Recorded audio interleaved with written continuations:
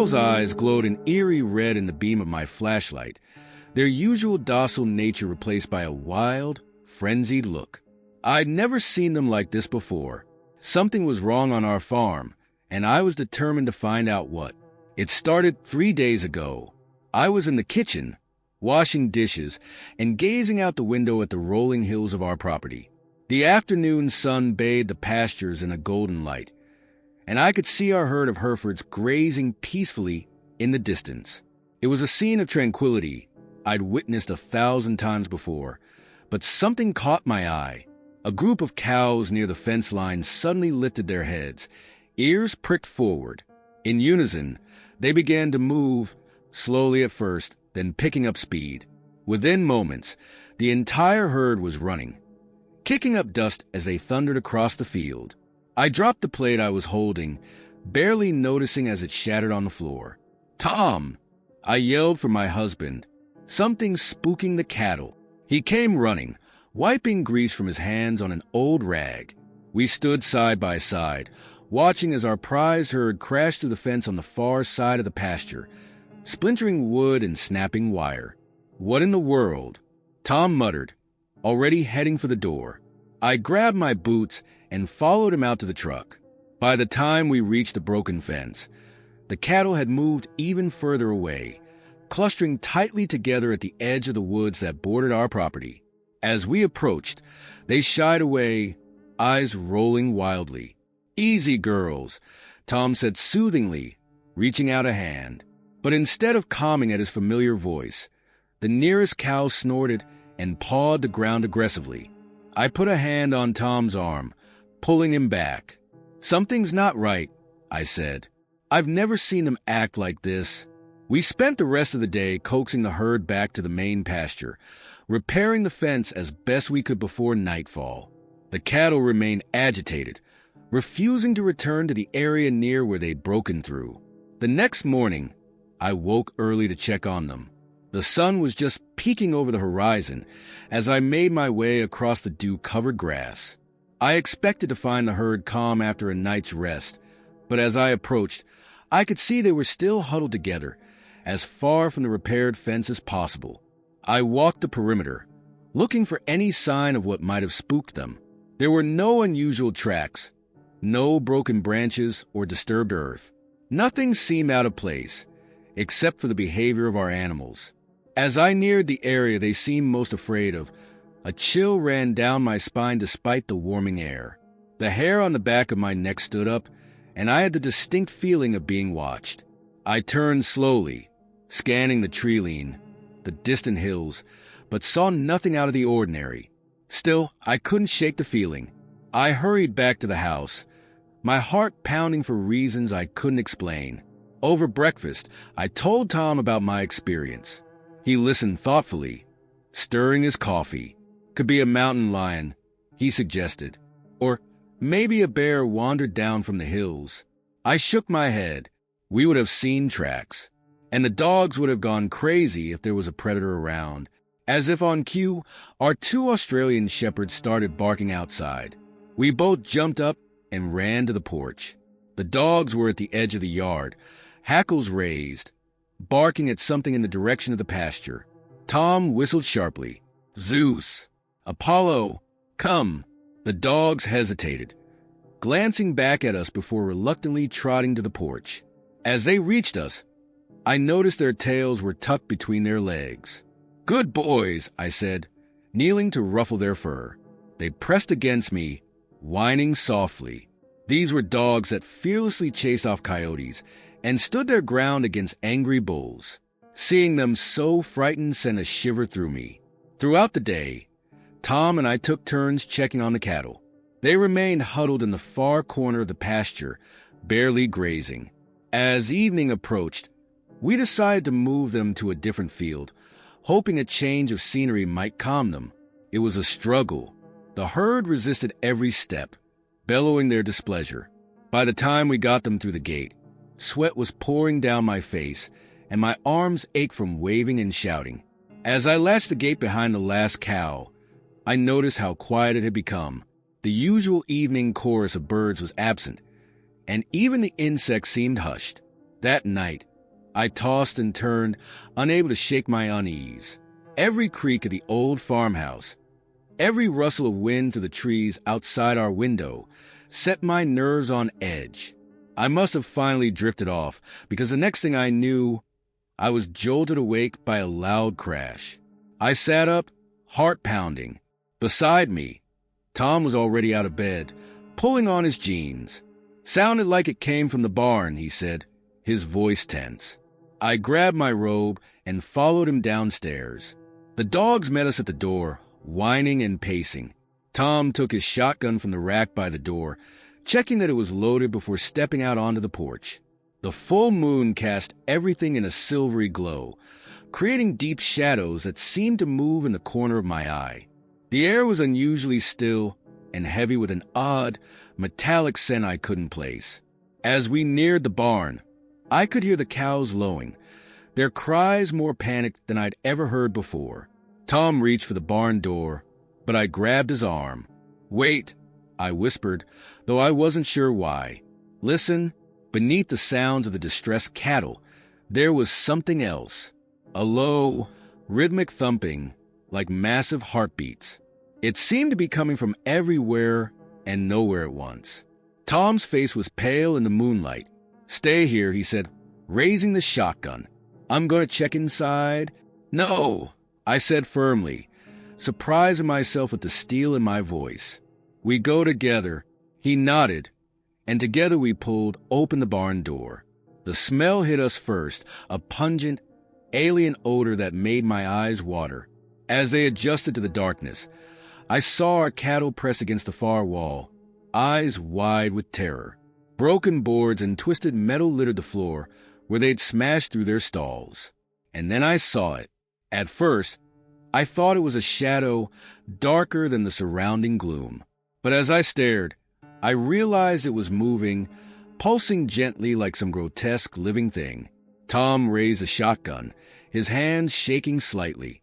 "What the hell is that?" he whispered. Before I could answer, the mass shifted. It seemed to grow, stretching upward toward the rafters. I caught a glimpse of something that might have been eyes. Too many eyes, glowing faintly in the darkness. My mind reeled, unable to process what I was seeing. This couldn't be real.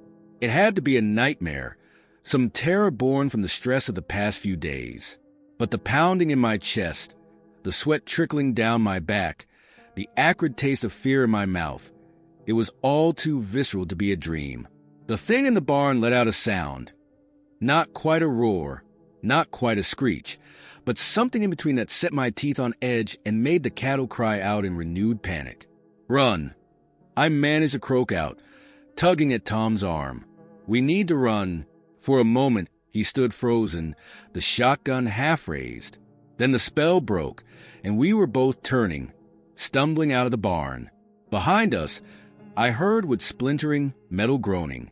We ran across the moonlit yard, the dogs racing ahead of us toward the house. I risked a glance over my shoulder and immediately wished I hadn't. The thing was emerging from the barn, its form constantly shifting, tendrils of darkness reaching out into the night. We burst through the front door, slamming it behind us. Tom braced himself against it, as if that flimsy barrier could hold back the horror we'd just witnessed. "The cellar," I gasped, already moving toward the kitchen. "We need to get to the cellar." We had a storm shelter beneath the house, reinforced concrete walls that had weathered countless tornadoes. It was the safest place I could think of. As we descended the stairs, pulling the heavy metal door shut above us, an unearthly howl pierced the night.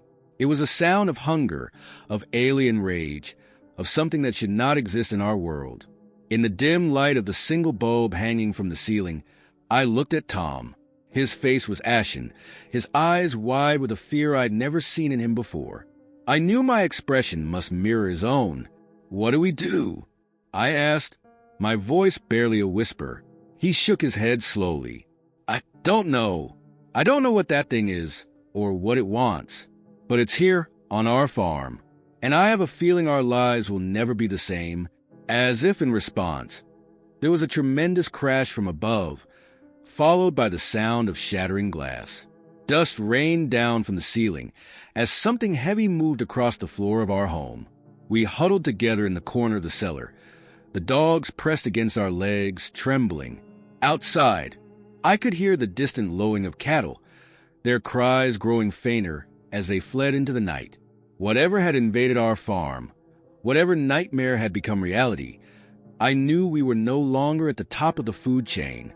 In the darkness of our cellar, with unknown horrors prowling above, I clung to Tom and prayed for the dawn. But deep down, I feared that even the light of day would not be enough to drive away the shadows that had fallen over our once peaceful farm. The rusted metal box felt unnaturally heavy in my hands, its contents shifting with a whisper of paper against paper.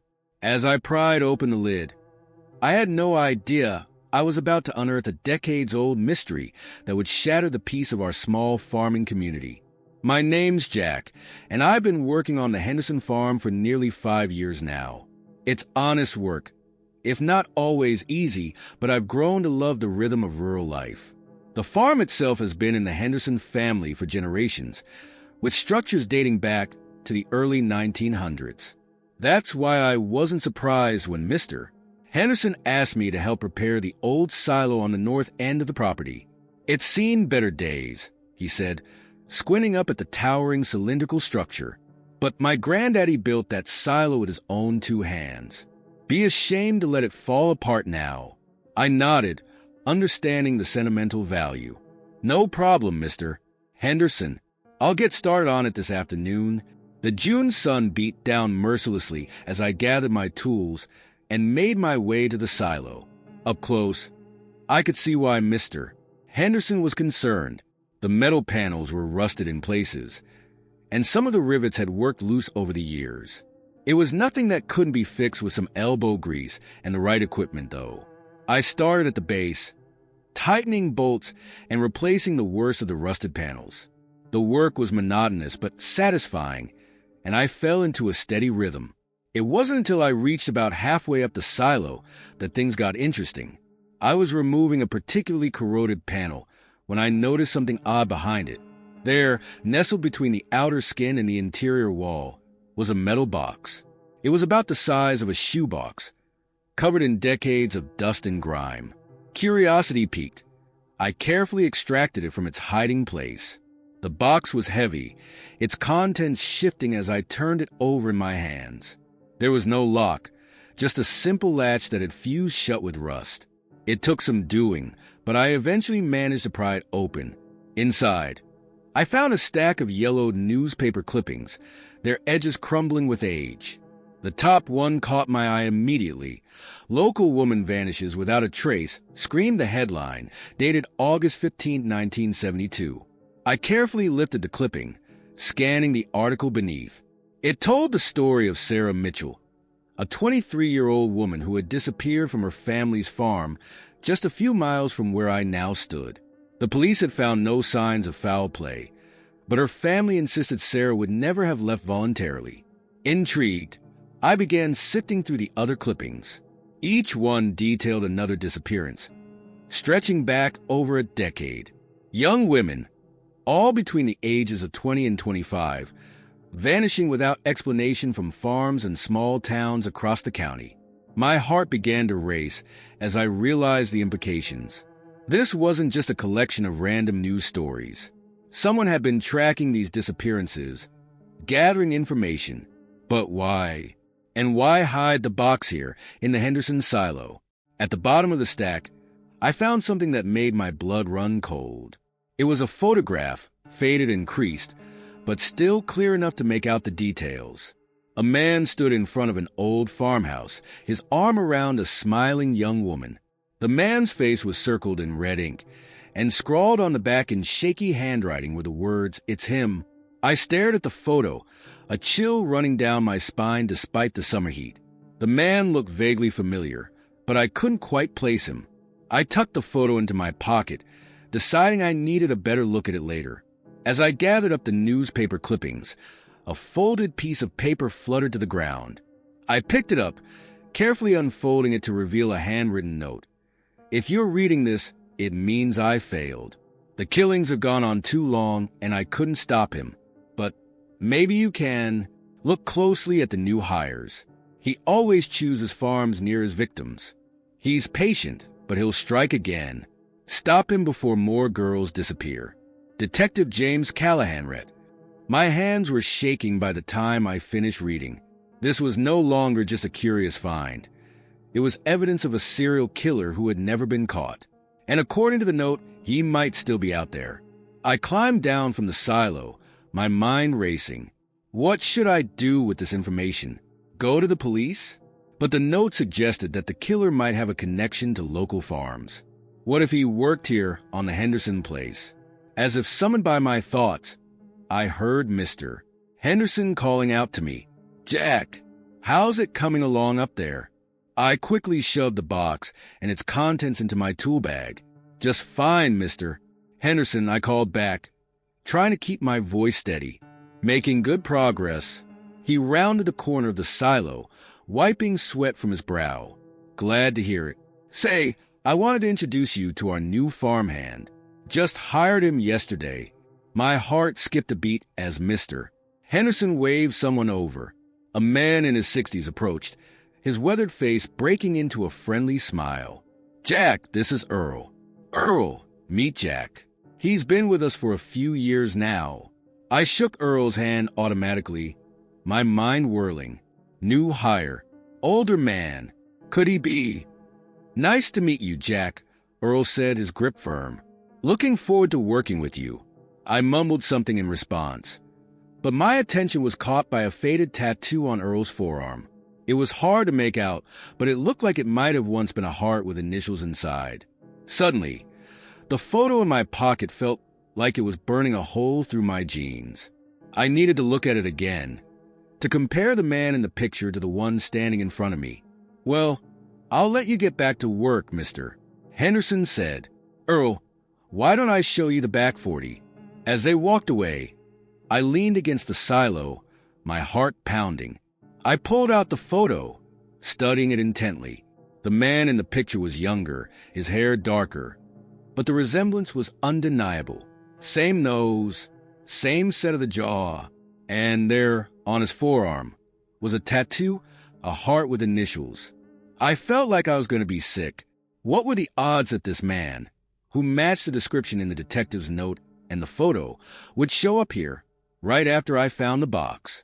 It couldn't be a coincidence, but I couldn't just accuse a man of being a serial killer based on an old photo and a cryptic note. I needed more evidence, and I needed to be careful. If Earl really was a killer, and he suspected I knew something, I could be in danger. Over the next few days, I tried to act normal while keeping a close eye on Earl. He seemed friendly enough, always ready with a joke or a helping hand. But there was something in his eyes, a coldness that appeared when he thought no one was looking, that sent chills down my spine. I spent my evenings poring over the newspaper clippings, trying to find any connection between the victims and the farms where they disappeared. It was slow going, but a pattern began to emerge. In each case, a new farmhand had been hired within a month of the disappearance. My suspicions grew, but I still didn't have enough to go to the police. I needed hard evidence, something that would tie Earl definitively to the crimes. It was almost a week after finding the box that I got my chance. I was walking back to my truck after a long day in the fields when I saw Earl slip into the old barn we used for storage. Something about his furtive manner set off alarm bells in my head. Making sure no one was around, I crept up to the barn and peered through a crack in the weathered boards. What I saw inside made my blood run cold. Earl was kneeling on the floor, prying up one of the old floorboards. Beneath it was a small space, and from this hiding spot, he pulled out a cloth-wrapped bundle. As he unfolded it, I caught a glimpse of something that gleamed dully in the fading light. A knife, its blade stained with what could only be old, dried blood. My heart was pounding so loudly, I was sure Earl would hear it. I watched as he carefully cleaned the knife, his movements practiced and precise. Then he wrapped it back up and returned it to its hiding place. I backed away from the barn on shaking legs, my mind reeling. This was it. the evidence I needed. But what should I do now? Confront Earl? Go to Mr. Henderson? Call the police? Before I could decide, I heard footsteps behind me. I turned to see Earl emerging from the barn, his eyes locking onto mine. In that moment, I saw the mask slip, revealing the cold, calculating killer beneath. "Evening, Jack," he said, his voice deceptively casual. "What brings you out here so late?" I swallowed hard, trying to keep my voice steady. "Just heading home," I managed to say. "Long day, you know?" Earl nodded slowly, his eyes never leaving my face. Sure. Say, before you go, could you give me a hand with something in the barn? Won't take but a minute." Every instinct screamed at me to run, but I knew that would only confirm his suspicions. If I wanted to make it out of this alive, I had to play along. "Sure thing, Earl," I said, forcing a smile. "Lead the way." As I followed him back toward the barn, my hand closed around my phone in my pocket. I could only hope I'd have a chance to use it before it was too late. The sun dipped below the horizon, casting long shadows across the farmyard. As Earl reached for the barn door, I steeled myself for whatever might come next. One way or another, this long-buried mystery was about to reach its conclusion, and I was right in the middle of it. The barn door creaked open, a sliver of moonlight cutting through the darkness. My heart pounded in my chest as I peered inside, the beam of my flashlight trembling in my unsteady hand. I never should have come out here alone, but my curiosity had gotten the better of me. Now, as I stood on the threshold of the unknown, I realized just how foolish I'd been. My name is Lily, and I'm 17. When my parents decided to take a second honeymoon, leaving me to house at our neighbor's farm for a week, I thought it would be a breeze. A quiet week in the country, away from the chaos of my senior year. Sign me up. The Johnsons' farm was a picturesque slice of rural America, all rolling hills and weather-red barns. During the day, it was idyllic. But as the sun set on my third night alone, the charm wore thin, replaced by an eerie stillness that set my nerves on edge. It started with little things. A gate I was sure I'd latch found swinging open in the morning. Sounds in the night that didn't quite fit. Too rhythmic to be the wind, too deliberate to be settling floorboards. I told myself I was being paranoid, that my imagination was running wild in the unfamiliar surroundings. But then came the noises from the barn. I first heard them as I was getting ready for bed. A series of thuds, followed by what sounded like scratching. My first thought was raccoons, Mrs. Johnson had warned me they sometimes got into the feed. But as I listened, huddled under my blankets, the sounds grew more distinct. There was a pattern to them, almost like footsteps. I barely slept that night, my dreams filled with shadowy figures and creaking floorboards. When morning came, I convinced myself it had all been in my head. I went about my chores, feeding the chickens and checking on the horses, pointedly avoiding the main barn. As twilight approached, I settled in with a book, determined to distract myself. But as the light faded, so did my concentration. Every creak of the old farmhouse made me jump. And then, just as I was considering turning in early, I heard it again. Thud, scrape, thud, scrape. It was coming from the barn, clear as day. My palms grew sweaty as I set down my book, debating what to do. The smart thing would be to call the police, or at least one of the neighbors. But what if it really was just an animal? I'd feel foolish for making a fuss over nothing. Before I could talk myself out of it, I grabbed my flashlight and phone, slipping on my boots as I headed for the door. The night air was cool on my skin as I stepped outside, the chirping of crickets suddenly too loud in my ears. The barn loomed before me, a dark silhouette against the star-studded sky. As I approached, the sounds grew louder, more frantic. My flashlight beam danced across the weathered wooden slats, catching on the slightly ajar door. And that's where I found myself now, one hand on the rough wood, the other clutching my only source of light, like a lifeline. I took a deep breath, steeling my nerves, and pushed the door open wider. The hinges protested with a low groan that seemed to echo in the still night air. I swept my flashlight across the interior, taking in the familiar sight of stacked hay bales and farm equipment. Everything looked normal, undisturbed, but the sounds hadn't stopped. If anything, they grew more insistent, coming from the back of the barn where the shadows were deepest. "Hello," I called out, my voice embarrassingly shaky. "Is someone there?" No response, just another thud followed by frantic scratching. I took a tentative step forward, then another. The beam of my flashlight caught on something moving near the ground, a rat maybe? But no, it was too big for that. As I drew closer, I realized it was the barn cat, Whiskers. He was pawing frantically at a spot on the floor, meowing loudly now that he had an audience. "What is it, boy?" I asked, kneeling down beside him. In the flashlight's glow, I could see his fur was standing on end, his tail puffed up to twice its normal size. I ran my hand over the floorboards where he'd been scratching, feeling for anything unusual.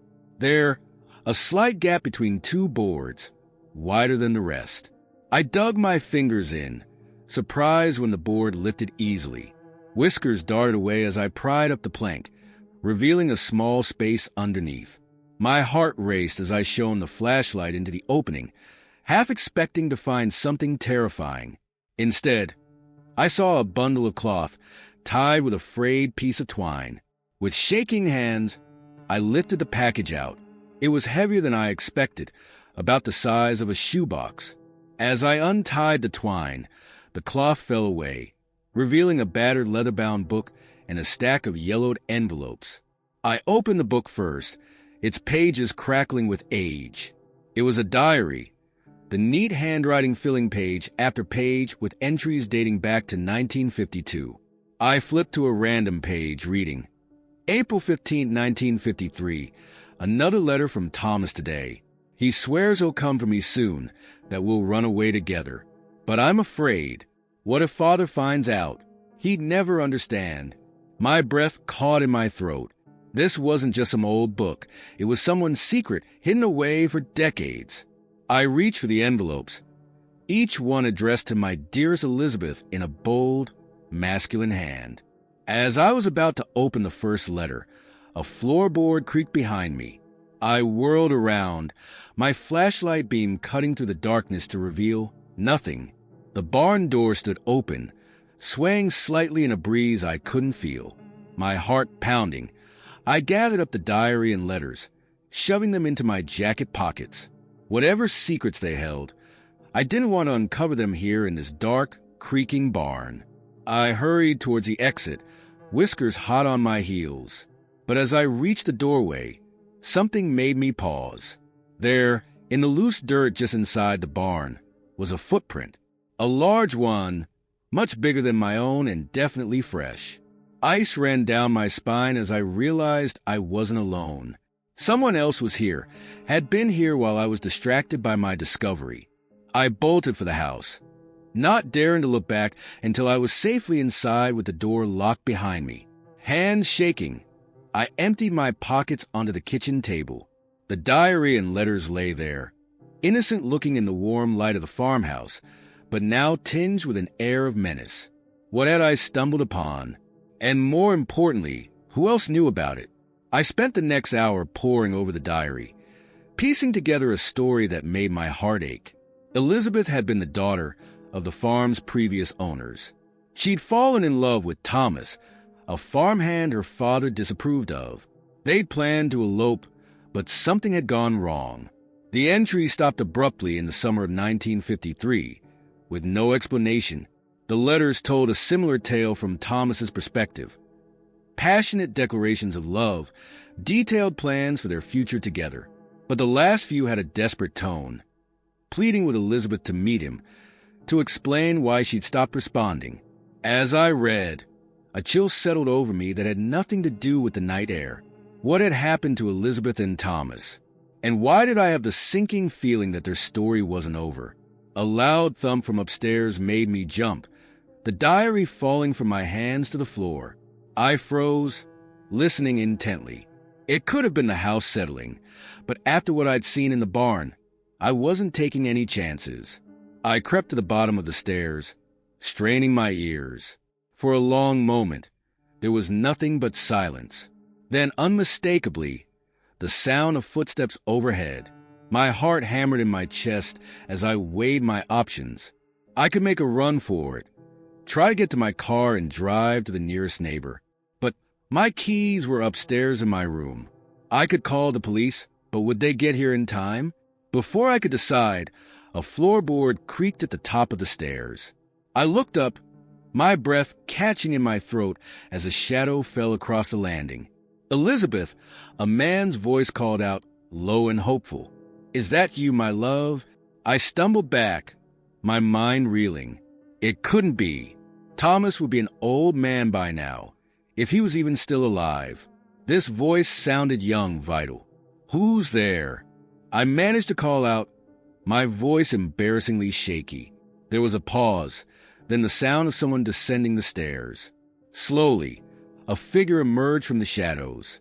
It was a man, probably in his late 20s, dressed in clothes that looked like they belonged in another era. His face was handsome, but there was something off about his eyes. They seemed too bright, too intense. "You're not Elizabeth," he said, his tone shifting from hope to disappointment to something darker. "But you found our things, didn't you? You know our story." I nodded mutely, unable to form words. This was impossible.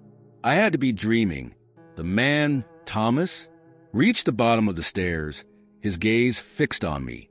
"I've been waiting so long," he said, taking a step closer, searching for her, for anyone who could help me understand why she left me. I backed away, my hip bumping against the kitchen table. I don't know what happened to Elizabeth," I stammered. "The diary just stops." "I'm sorry." His face darkened, a storm gathering in his eyes. "Then you're of no use to me," he growled, lunging forward. I screamed, ducking under his outstretched arms and bolting for the door. But as my hand closed on the knob, the world around me began to fade, growing hazy and indistinct. The last thing I remember is Thomas's voice, sounding distant and echoey. "You can't escape, Elizabeth. We're meant to be together, forever." Then darkness claimed me, and I knew no more. When I came to, I was lying on the kitchen floor, sunlight streaming through the windows. The diary and letters were scattered around me, but there was no sign of Thomas. Had it all been a dream? As I sat up, massaging my aching head, my eyes fell on something that made my blood run cold. There, on the hardwood floor, was a single muddy footprint, much larger than my own. I scrambled to my feet, gathering up the diary and letters with trembling hands. Whatever had happened last night, whatever secrets this farm held, I knew one thing for certain. I couldn't stay here another night. As I rushed to pack my things, I couldn't shake the feeling that this wasn't over, that somewhere, in the shadows of this old farm, Thomas was still waiting, still searching for his Elizabeth, and I had a sinking feeling that somehow I'd been pulled into their unfinished story. The greenhouse door shattered under my weight as I stumbled through it, shards of glass raining down around me. The biting cold of the winter night rushed in, a stark contrast to the oppressive heat inside. But I couldn't stop, not with that thing still in there. My boots crunched over dead leaves and brittle stems as I ran, my breath coming in ragged gasps. How could everything have gone so wrong so quickly? It all started 3 days ago. I'm Mark Holloway, and I've been running my family's farm for the past decade. We're known for our organic produce, supplying restaurants and farmers markets across the county. The greenhouse is the crown jewel of our operation, allowing us to grow year-round despite the harsh Midwest winters. That Tuesday morning started like any other. I woke before dawn, pulling on my heavy coat and boots before trudging out to check on things. The snow crunched under my feet as I made my way to the greenhouse, my breath visible in the frigid air. As I approached, I noticed something off. The glass panels were frosted over, obscuring the view inside.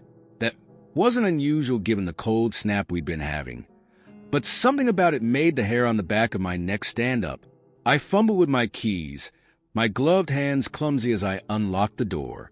A blast of warm, humid air hit me as I stepped inside, fogging up my glasses. I wiped them clean, blinking as I took in the scene before me. My heart sank. Every plant, from the delicate microgreens to the sturdy tomato vines, was brown and withered.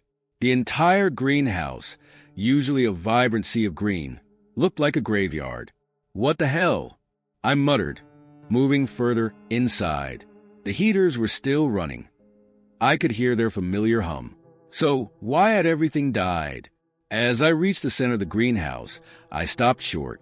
There, amidst the dead and dying plants, stood something I'd never seen before. It was a plant, that much I could tell, but unlike any I'd ever encountered. Its leaves were a deep, blood red, almost black in the shadows. The stem was thick and gnarled, twisting up towards the ceiling like a grasping hand. I approached cautiously, my mind racing. Had this thing killed everything else somehow? But that was impossible. Plants don't work that way, do they? As I got closer, I noticed something else that made my blood run cold. Scattered around the base of the strange plant were small bones. At first, I thought they might be from mice or other pests that sometimes got into the greenhouse, but some were too big for that. I knelt down, picking up one of the larger bones. It was about the size of my finger, bleached white and picked clean. With a sickening lurch in my stomach, I realized it could be from a cat or small dog. A rustling sound made me look up sharply. The red plant seemed to shiver, its leaves trembling despite the lack of wind. For a moment, I could have sworn I saw one of the leaves uncurl, reaching towards me. I scrambled backwards, my heart pounding. This was insane. Plants don't move like that. I must have imagined it. Shaking my head, I stood up and pulled out my phone. I needed to document this for the insurance company. As I snapped pictures of the dead plants and the strange newcomer, I tried to make sense of what I was seeing. The rest of that day was a blur of phone calls. The insurance adjuster, the local agricultural extension office, even a botanist friend from college. No one had any answers. The dead plants were easy enough to explain given the extreme cold, but the locks hadn't been forced. There was no sign of how this new, deadly plant had gotten in. By evening, I was exhausted and no closer to understanding what had happened. I locked up the greenhouse, deciding to deal with the cleanup in the morning. As I walked back to the house, I couldn't shake the feeling of unease that had settled over me. It felt like I was being watched. That night, I tossed and turned, my dreams filled with twisted vines and grasping red leaves. I woke several times, sure I'd heard something moving outside my window. But each time I looked, there was nothing there but the moonlit snow. The next morning, I steeled myself and headed back to the greenhouse. I needed to clear out the dead plants and figure out what to do about the red one. As I unlocked the door, I noticed something odd. The frost on the windows seemed thicker, almost opaque now. I pushed open the door and immediately gagged. The warm air that rushed out was thick with the stench of decay, far stronger than it should have been after just one day. Pulling my shirt up over my nose, I stepped inside. What I saw stopped me in my tracks. The red plant had grown, not just a little, but exponentially. Its twisted trunk was now as thick as my waist, its branches reaching to every corner of the greenhouse. The leaves, still that unsettling shade of red, seemed to pulse in the dim light. But that wasn't the worst of it. Tangled in its branches, their vacant eyes staring accusingly, were the bodies of animals. A raccoon, several birds, even Mr. Johnson's missing cattle dog from the next farm over. All of them were partially mummified, their flesh sunken and dry. I stumbled backwards, my back hitting the door. This couldn't be real. Plants don't grow that fast. They don't eat animals. But the evidence was right in front of me, undeniable and horrifying. As I stood there, frozen in shock, I saw movement out of the corner of my eye. One of the branches was moving, slowly but deliberately, reaching towards me. I watched paralyzed as a leaf unfurled at its tip, revealing a mouth-like opening lined with tiny, sharp protrusions.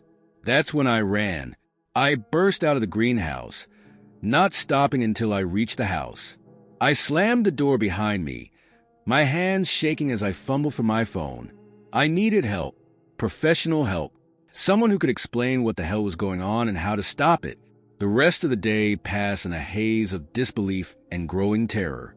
I called everyone I could think of.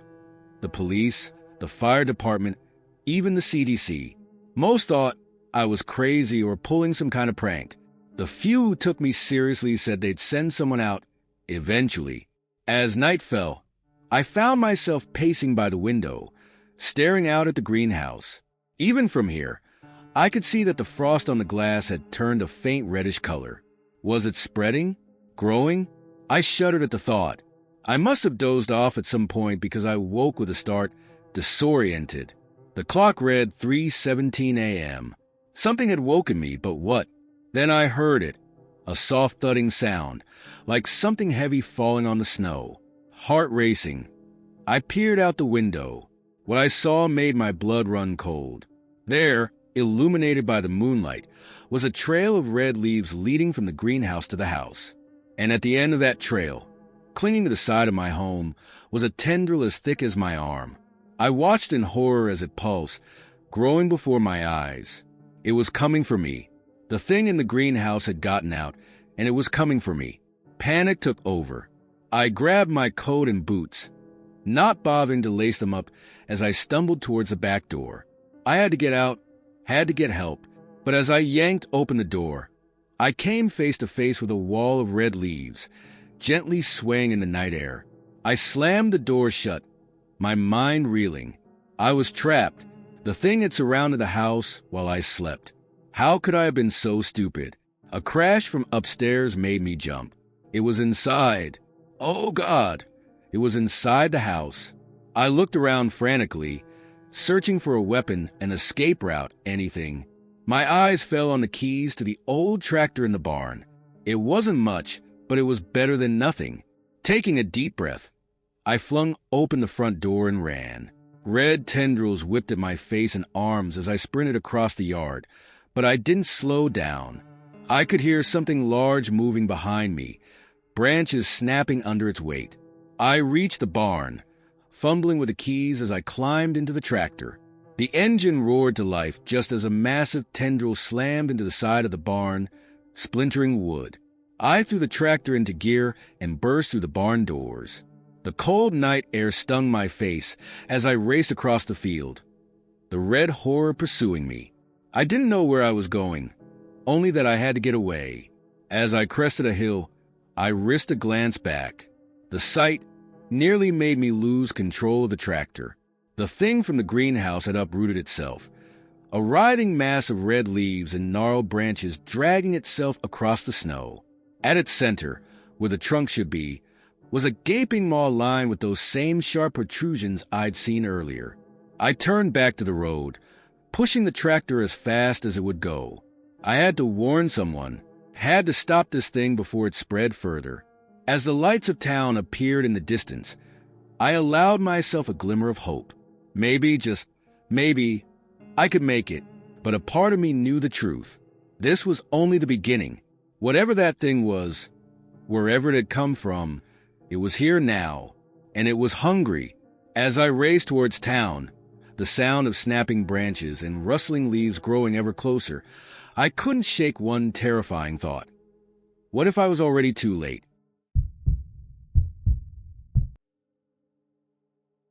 The rope burned against my palms as I descended into darkness, the circle of daylight above shrinking with each foot.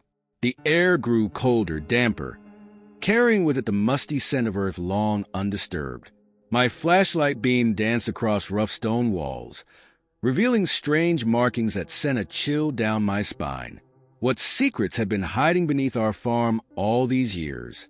I'm Tom Bradley, third-generation owner of Sunnyside Farm. We've worked this land for nearly a century, through droughts and floods, boom times and recessions.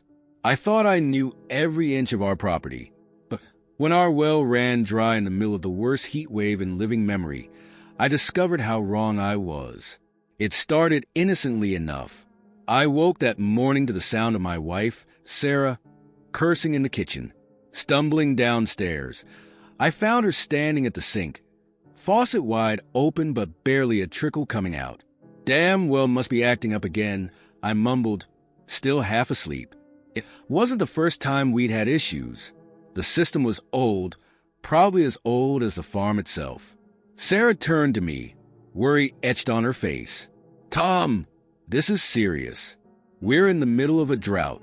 If the well's gone dry. I nodded, suddenly wide awake. Without water, our crops would wither in days. The livestock wouldn't last much longer. Everything we'd worked for could be lost.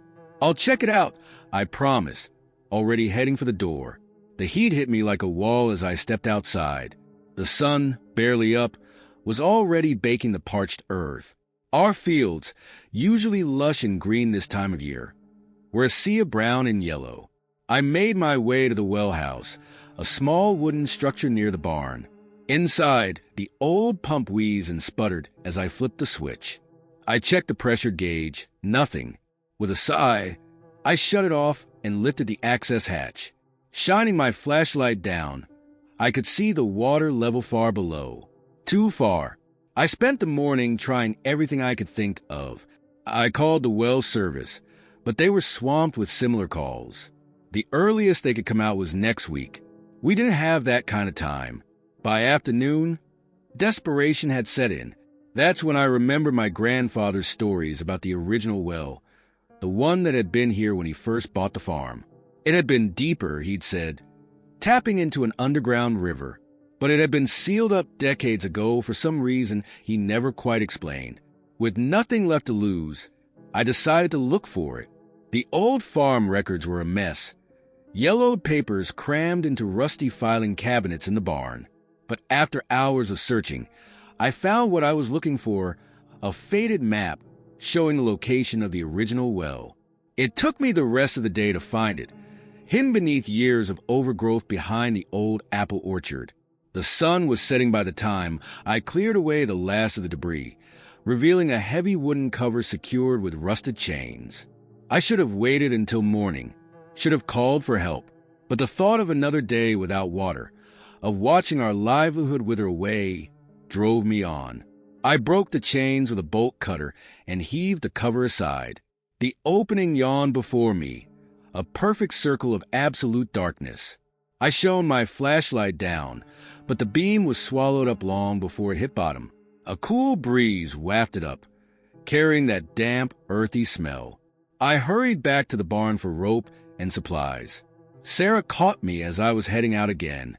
Tom, what are you doing? She asked, eyeing the coil of rope over my shoulder. I explained about the old well, trying to sound more confident than I felt. I'm just going to check it out, see if there's any water down there we can use. Sarah's face paled. You can't go down there alone. It's not safe. We don't have a choice, I said, softer now. You know as well as I do that we're in trouble if we don't get water soon. She held my gaze for a long moment before nodding. All right, but you take the radio, and you check in every 5 minutes. If I don't hear from you, I'm calling for help. I agreed, knowing there was no arguing with her when she got that look in her eye. With a quick kiss, I headed back to the well, and that's how I found myself descending into the unknown, the rope creaking ominously with each movement. The walls of the shaft were rough-hewn stone, clearly hand-dug generations ago. Every few feet, I'd spot one of those strange markings, symbols carved into the rock that looked almost like writing, but in no language I recognized.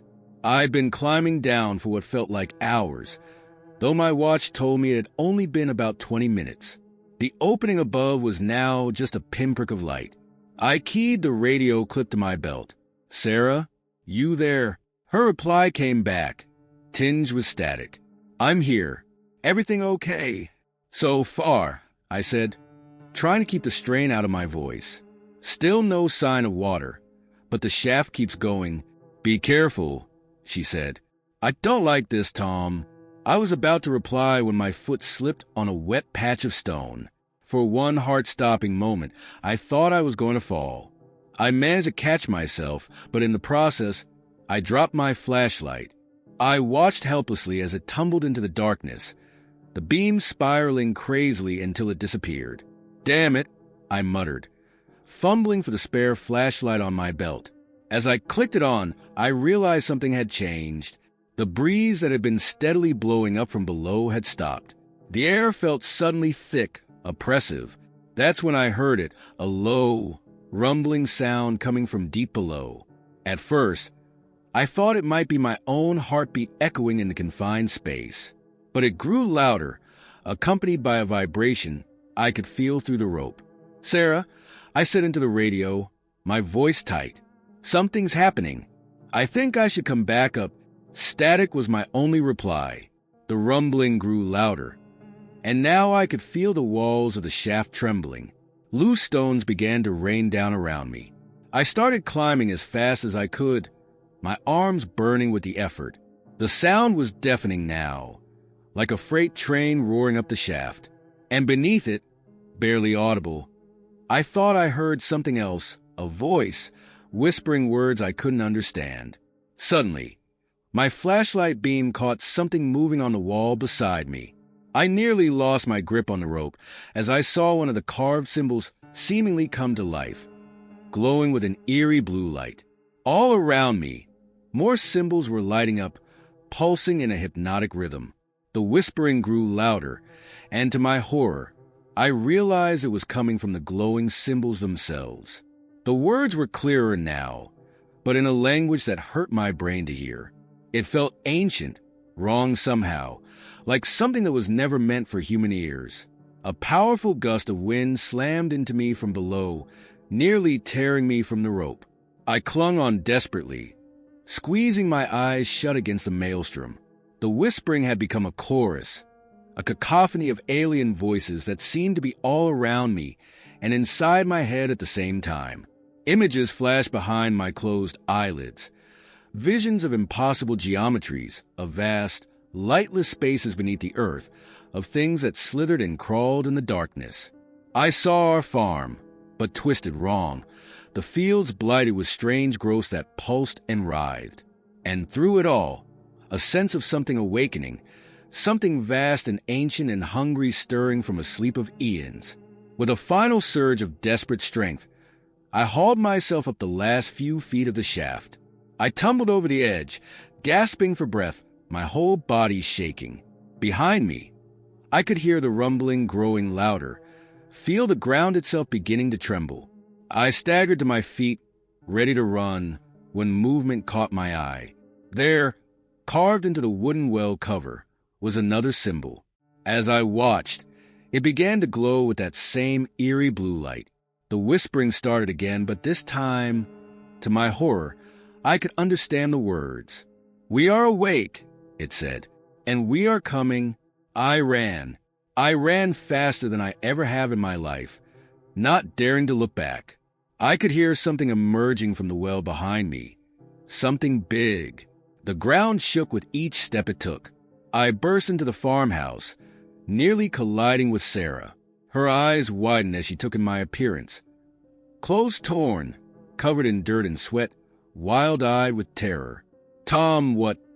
"We have to go," I gasped, grabbing her arm. "Now. We have to get as far away from here as we can."